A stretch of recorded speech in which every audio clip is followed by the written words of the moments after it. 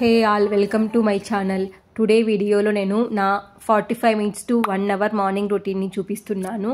ఇక్కడ ఫస్ట్ నేను లేస్తూనే వేడి వాటర్ పెట్టుకుంటాను. రాత్రి మొత్తం కిచెన్ అంతటిని క్లీన్ చేసేసుకుంటాను. క్లీన్ చేసుకున్న తర్వాత లేస్తూనే పని ఈజీగా ఉంటుంది.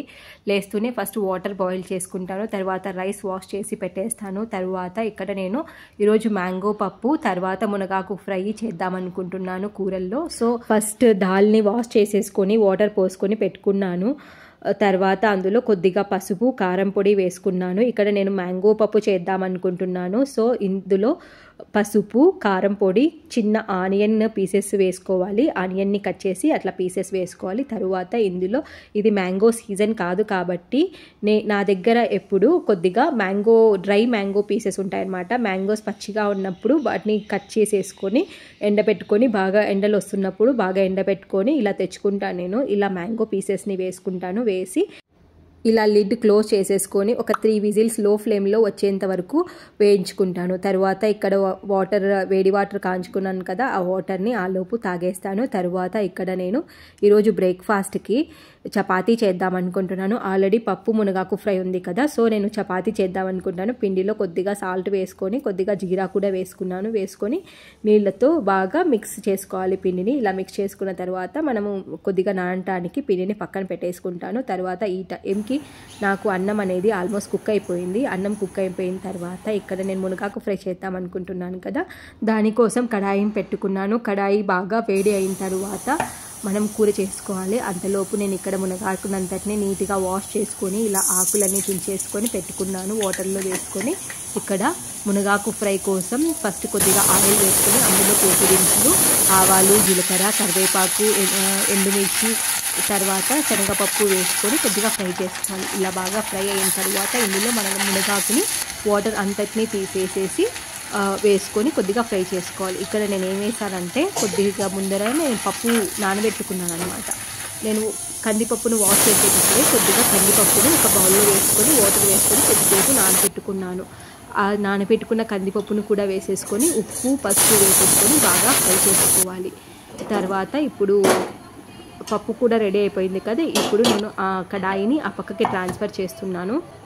మనం చపాతీ చేసుకునే లోపు మునగాకు తర్వాత కందిపప్పు అనేది బాగా కుక్ అయిపోతాయి. అందులో కొద్దిగా వాటర్ పోసుకొని మునగాకుని ఫ్రై చేసుకోవాలి. ఉప్పు పసుపు వేసుకొని కొద్దిగా వాటర్ వేసుకొని మునగాకుని చాలా బాగా ఫ్రై చేసుకోవాలి. మునగాకు కొంచెం పచ్చివాసన ఉంటుంది కదా, ఆ పచ్చివాసన పోయేంత వరకు పప్పు కొంచెం కుక్ అయ్యేంత వరకు మనం ఆ మునగాకుని ఫ్రై చేసుకోవాలి. తర్వాత ఇక్కడ నేను చపాతీ చేసుకొని 2 చపాతీస్ పెడతాను హస్బెండ్కి. ఆ 2 చపాతీస్ని చేసుకొని 2 కాల్ చేసుకున్నాను. తర్వాత ఒకసారి ఇక్కడ మునగాకుని కూడా చెక్ చేసుకుంటున్నాను అయిందా అనేది. తర్వాత ఇక్కడ చపాతీని కూడా చేసేసాను. చపాతీ అయ్యేలోపు నాకు మునగాకు ఫ్రై కూడా ఆల్మోస్ట్ రెడీ అయిపోతుంది. ఇక్కడ చపాతీస్ రెడీ అవుతున్నాయి, మునగాకు కూడా రెడీ అవుతుంది కదా.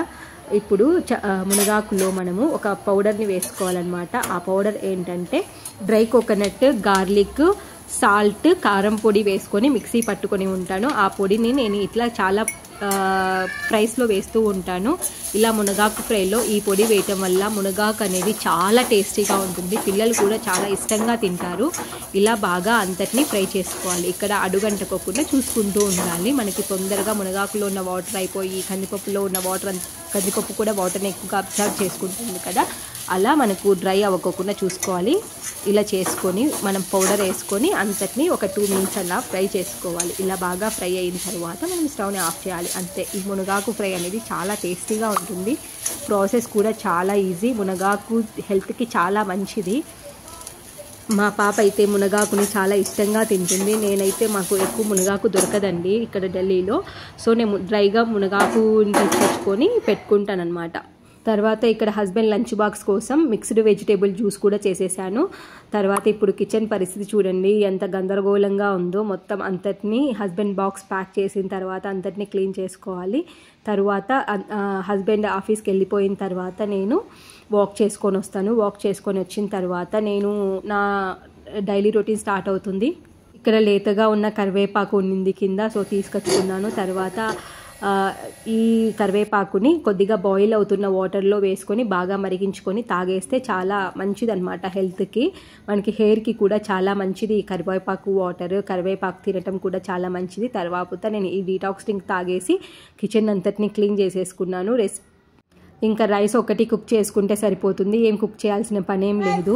తర్వాత నేను బ్రేక్ఫాస్ట్ కూడా తినేసేసి తర్వాత ఇక్కడ బాబు వచ్చాడు. నేను కొన్ని ఆర్డర్ చేసిన ఆయిల్స్ వచ్చాయి. సో ఆయిల్స్ ని చూస్తూ మాట్లాడుతూ ఏదో మాట్లాడుతూ ఉన్నాడు. ఆయిల్స్ గురించి ఎక్స్ప్లెయిన్ చేస్తూ ఉన్నాడు. ఈ వీడియో కనుక మీకు నచ్చినట్లయితే ప్లీజ్ లైక్ చేయండి, షేర్ చేయండి, కమెంట్ చేయండి, సబ్స్క్రైబ్ చేసుకోండి. Thank you for watching.